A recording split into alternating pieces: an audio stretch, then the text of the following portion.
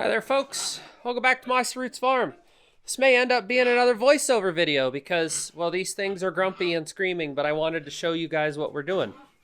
So we have a dead brown piggy in the back, apparently.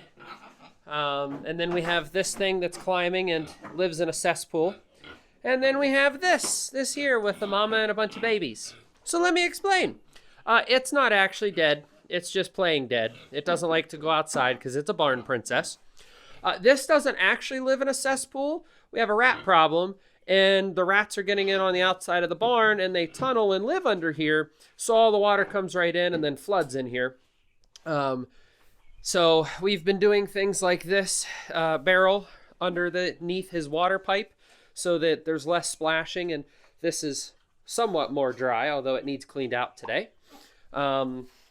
Then we've got two mamas over here with a bunch of babies that are currently eating off of mama while standing up. I don't know how good of a clip that is. But yeah, so let me explain our pig situation a bit. So these two are brother and sister. They're both feeder pigs. He is intact, which is why he's in here by himself, because we don't want him breeding her because it's too close to time to process them. So we don't want any weird issues there. This one, this Dolly baby, that's what her name is. It's a Dolly pig, yes.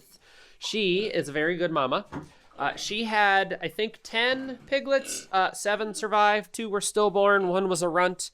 But she has had 2 litters now in with other mama pigs. And when the other mama pig, who had this one and that one, had the babies, she slept outside the barn for a week or so to give mama some space.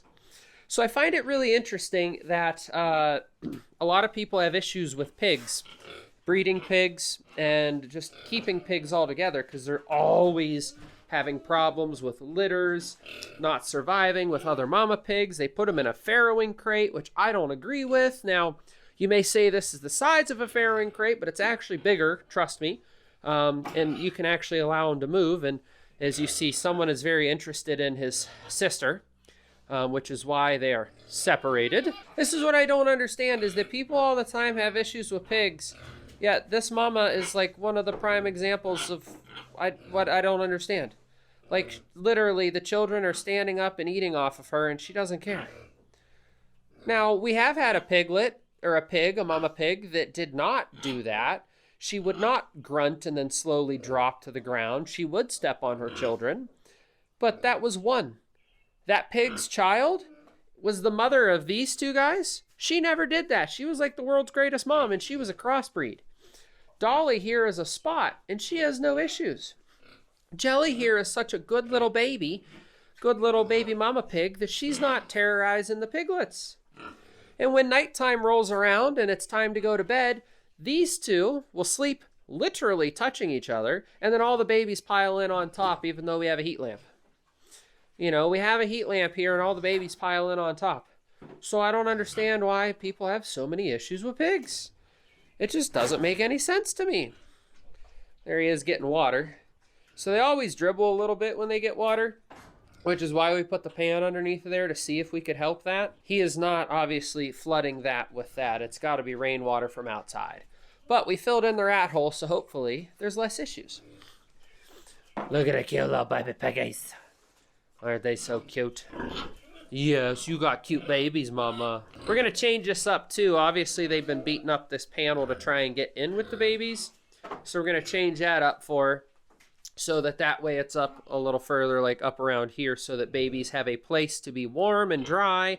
Could also still get to mama. Mama will have a place to be warm and dry, and everything will just work perfect. Now I want to show you guys something cool that has happened in the past. It's not happening right now, but I'll still show it to you guys anyways. So in the past, we have given our mama pig a round bale. And in the past, she has eaten the round bale like it was candy. She loved every second of it. She went to town on it in years past. So far, she is indifferent about it.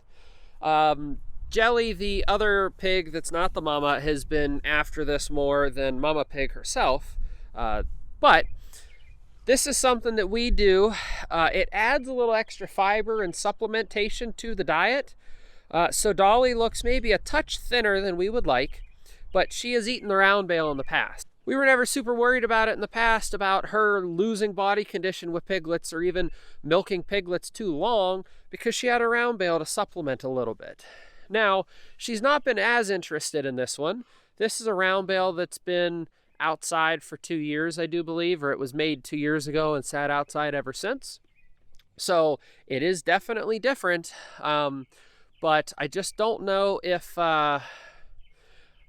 she's really eating it this year. So, which again, it could be a lower quality, it could be a different flavor, a different taste, because it wasn't from our field, it was from a neighbor's. But you would think that hay literally like right across the road would not be any different. She does maybe need a little bit more food, because you don't want them to lose too much condition. But again, she has this round bale, so I don't know what her issue is this year as to why she doesn't want the round bale. So that's all right. Pigs are weird. But that's our pigs. It's kind of what we do. That's kind of the operation here. These babies are fair pigs, so they're going to be for the local county fair. They're going to be a little bit young for the local fair, but I think we can see... Oh, look! Momo's not dead. I think we can still get him up to weight, because some of them, like that one there with the spot on his right shoulder, he's a monster. You know, some of these are moose pigs. So if they continue to grow that well all the way through fair time, there won't be a single issue with anything. Really? Really? There won't be a single issue with anything related to sizing for fair. Plus, our fair will still allow you to have underweight small pigs in the show. You just can't like place for grand or reserve or things like that. You can bring an underweight pig in and still have them at fairs, so the kiddos can still do the whole project basically, which is really stinking cool. So anyhow, guys, thank you so much for watching, and we'll see you on the next one.